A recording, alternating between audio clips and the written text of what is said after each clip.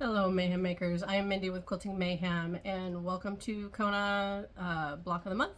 We're at month 1, alright, so this will probably be a little lengthier than a normal video just because it's the first one. So I'm going to give you some basic information and I'm just going to walk you through the steps to create the pieces for the blocks that will then get you block 1. So I love this block. This block is gorgeous.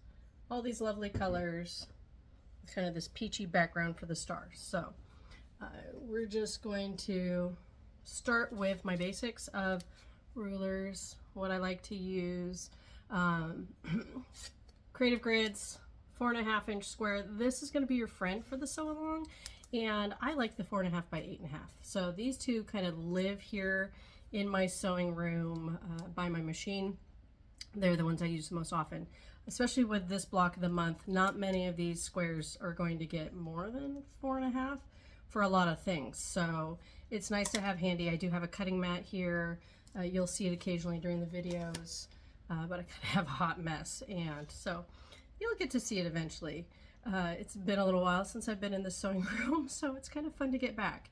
I will have some cutting instructions. I did alter the pattern, so if you saw the other video or some of my comments for altering the pattern, I do a lot of times round up so that I can trim down. So a lot of my squares where it potentially says like 2 7/8, these are 3-inch, okay? So we're making half square triangles out of these, and they are 3 inches. They're going to be turned into half square triangles that get trimmed down to 2.5, okay? I don't like playing with 7/8. For me, it's that slippery slope for accuracy, because if you don't have your seam allowance just right, you know, if your stitch is a little wonky, then your block's not the right size, and all the other pieces of your blocks then become not the right size, and your quilt gets all waffly, wavy, all that kind of stuff. We don't like that, okay? So especially if you're a beginner, highly recommend following some of these tips. Just until you become very comfortable with your quilting and your sewing, and then you know where you can and cannot maybe skate some rules, as we put it. But this is how I was taught, you know, long ago, and it's what makes me successful in my quilt tops, and keeping them from being just wonky, from not fitting. You know, this makes sure that all my squares are the right size, they all fit together, and we don't have any issues. All right, you are going to have some squares in this one you are going to cut in half. All right, so these are the ones that potentially I say you can keep the 7/8 just because of how it's going to fit next to the half square triangles you're creating, and you don't have to worry about those ones as much. Don't forget, you do need your center square for your star block, and you're going to need some white half square triangles, or just triangles. You can tell, half square triangles on the brain. And then there's the bigger ones. So these ones I also rounded up. So instead of being 4 7/8, they're 5 inches. That's just how I roll. I like to make 2 at a time also. So this pattern is full of cutting squares into triangles and putting those triangles back together into squares, which that method gives you a lot of bias. And bias is where when you cut your square in half, this diagonal is your bias, and it becomes kind of very stretchy. See how springy that is versus that straight line that follows the grain is not as stretchy, okay? So bias can make things go way out of control. And so I try to work with mostly straighter grain. I don't like having as much bias as they're creating in the pattern. So I have adjusted it so that you don't work with as much bias in your project. So it means a lot of doing squares and then turning them into 2 half square triangles at a time. I also like making multiples at a time if I can. To me, it just seems a little easier. So for step 1, we're going to be doing 2 half square triangles at a time. You're going to draw your diagonal line. We're going to stitch on either side, cut them apart and press.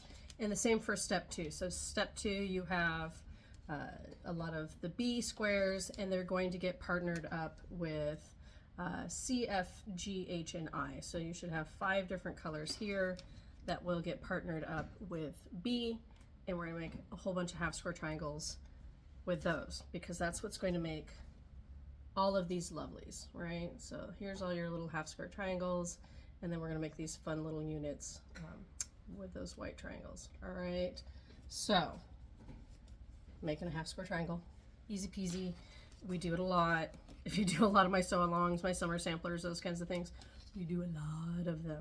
So we have that, it's got a diagonal on it. We're gonna match it up. Right, so everything's going to be nice lined up, and I'm going to sew down either side.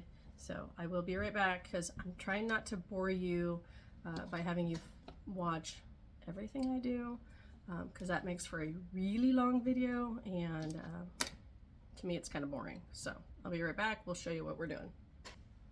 All right, so let's see if we can see this. All right, 1/4 inch on either side of the diagonal. You're going to cut them apart. Okay, and then press them. And because this is the first video, I'm going to show you how I press. It's just my method.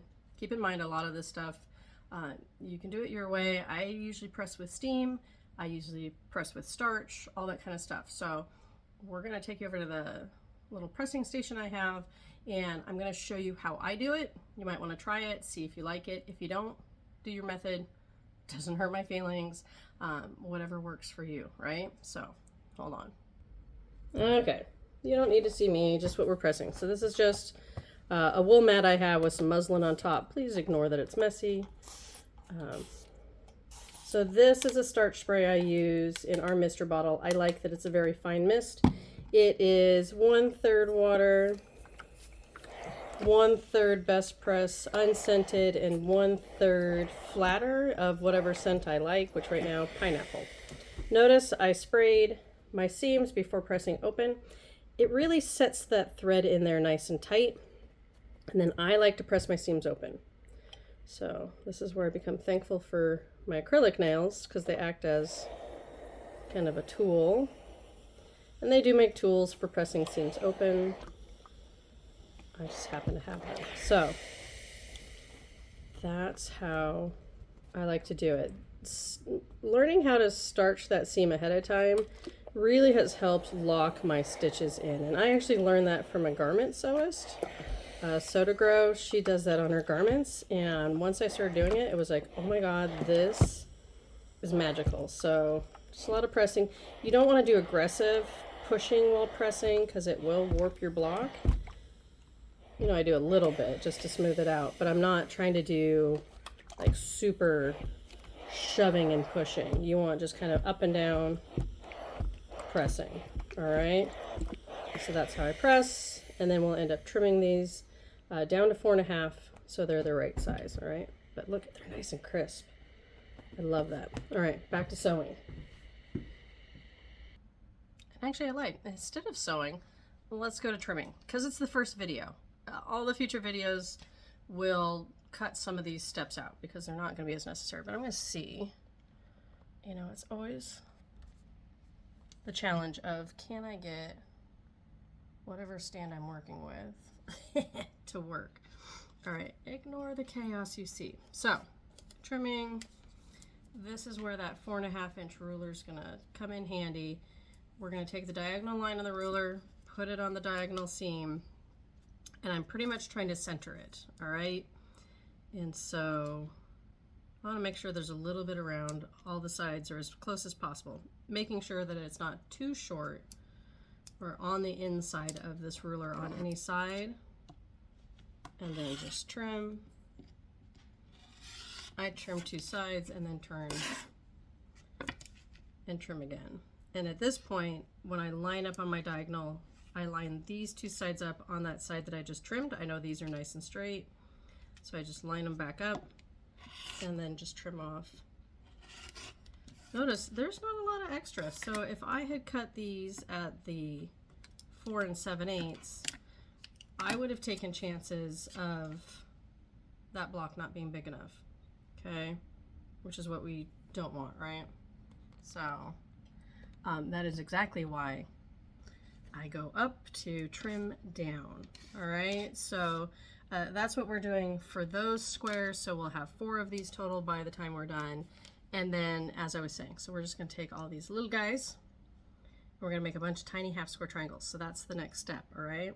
So we'll do that, and then I'll show you what you're gonna do with these, because this is what becomes kind of the trickiest part of this block, because you're gonna take half square triangles and then start attaching these triangles to make bigger triangles, triangle on top of triangle, etc. So I'm gonna go make a bucket load of half square triangles, and then we'll show you the next step. All right, so whole bunch of these pretty half square triangles. All right, they're all done. So for steps 3, 4, and 5, we're gonna separate out, and so we need what is it, BC, BF, and BH units. So that's these 3, kind of all in that sherbety orange color range. These 3 are what we're going to assemble with the B square, right? So you can refer to your instructions. It's fairly simple. We'll move it down here. And you're just gonna follow how it looks. So it's, you know, BC, BF, and just being mindful of which side this fabric B is on, HB, trying to remember which is which. I swear this is the hardest part of going, okay, which is B, which is F, which is H. So I do recommend laying them all out. We'll move them up, see if we can get a better view here. I don't have a whole lot of space next to my machine here. Okay. Get this stand to cooperate a little better. CB. Yeah. Note so the H ones are in the corners. So keep that in mind, and then just keeping it in mind, this H kind of makes a pinwheel as it goes around, and these essentially match. So ideally, you can match up the CB and the FB units, because they're the ones going in the centers here, and then you have your BH units out here in the corner. So how I would then sew this together is we're gonna match all these units up,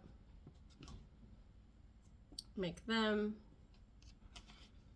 and then 2 of them will go here, and then these ones I'll end up flanking with H and putting them all into one big unit, okay? So that's the basics of that guy. And for the purposes of this video, so that I'm not making it super long, that assembly I'm going to do off camera. Okay, and right now I'm just setting it aside because I want to show you the next step in what you're doing. Now remember, if you have questions on this sew along, please reach out and ask. If you're part of the Facebook group, you can ask in the Facebook group. You can email me, Mindy@quiltingmayhem.com. You can call the shop. All of those. We're here to help. So if at any point you go through this video and you're like, I've seen it and it doesn't make sense, ask us, please. We were here to answer all those questions so that you get that block done, all right? But I'm just trying to be mindful that you don't need a really long video, right? So that was steps 3 through 5, steps 6 and 7, all right? So you have a B and I unit and a G and B unit, okay? So B and I unit is getting partnered with your D and E triangles, okay? And then the G and B unit is getting partnered with your B triangles. They're going to be assembled the same, they're just different colors, right? So back over here, try not to make you nauseous with this either. Okay, so B and I get, so you have all 4 of those, you're gonna make 4 of each unit, and they're going to get triangles put on like this, okay? So E and D. And how I would do it is I'm just going to take one triangle. We're going to line it up, one triangle per square, and line that corner up. And you're going to have these little dog ears on the sides, and that's what you want. Okay, so line that up and then sew. And here I'll make one unit for you. Okay, and the trickiest part, I think I'm glad you can't see my face, is making sure that when you line this triangle up on here and you take it to the sewing machine, then you sew on the correct line. Otherwise, it's gonna look like that, and that's not what you want. So make sure when you do that first stitch, kind of lay it back down, because see how this is making one big triangle? Your focus is one big triangle, not some weirdo. So this is gonna get fixed. We'll seam rip that bad boy. And this is our happy one. We will then take this triangle, line it up over here, stitch this way. If this little dog ear bugs you, find your scissors and you can just snip that off. Okay, and I'm going to sew down this line. Okay, so looks like this when you're done. All right, once again, if this guy bugs you, I just cut him off. Okay, so we're starting to create a bigger triangle. This triangle is then going to get one of these guys, all right, right sides together. Now, a lot of times what I do is I will fold this triangle in half, and this longest edge, I'll put a little crease, or I'll take a pin, put a little pin in it, so that I can then match it, you know, to the center of this. You could fold this in half and put a pin in it, crease in it, whatever, so that you can match those up, so those triangles come out in the end. So you have little pins, take your pins, match them up, right? But ideally, the goal is, hold on, let me get it.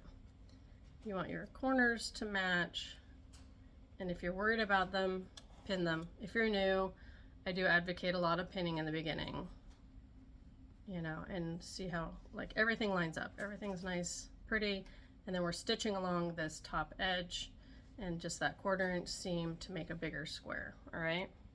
All right, and ta-da! So that's what you're going for, is you're going to have this pretty color triangle. With the white triangle, you're going to make 4 of these, and then 4 using the other fabric colorways that I've already lost. Because then they're gonna get partnered next to each other, sewn together, right? And then your block is final. So that is how you're going to do all the pieces and parts, and then you're just gonna follow those instructions and get that lovely block together. So once again, like this. So see, there's those triangle geese, there's the one I just made, goes into a square, you just buddy those up. And that same method, you're going to have, you know, one on this side, one on that side, and then these get the extra triangles added to them and put across. Make sure you're pinning as you go to try to get all those points. And see, even my points are not perfect, so don't worry about it, all right? But we do pretty darn good. They're pretty darn close in there. So we learn not to sweat some of the ones that are just a skosh. We don't worry about that, because at a distance, nobody knows. All right, so hopefully that got you through month 1 of the Kona block of the month. And we're off and running. It's gonna be an amazing year. These blocks are just so fun, bright, cheery. So I'm excited to see everybody get their blocks done. Share them if you're in the Facebook group or on our Instagram, those kinds of things. We love to see you post. Please make sure you're hashtagging Quilting Mayhem, the Kona Block of the Month 2024. We use Embrace the Mayhem, Mayhem Maker, all those hashtags. We love seeing you share. So make sure you're tagging us as you go and following along on the YouTube channel, and possibly in Facebook group if you're part of Facebook. I get if you're not, I'm with you. I'm hardly there, but this is what we're doing. So it's what helps kind of make a little community for you guys. So hopefully some of you are in the group and sharing how it's going for you. And as I said, if you have problems, please reach out. Please, please, please do not stay home and be frustrated. Reach out, contact me, and I will help you through any of the problems you're having. But otherwise, I hope you have a lovely day. Keep on stitching.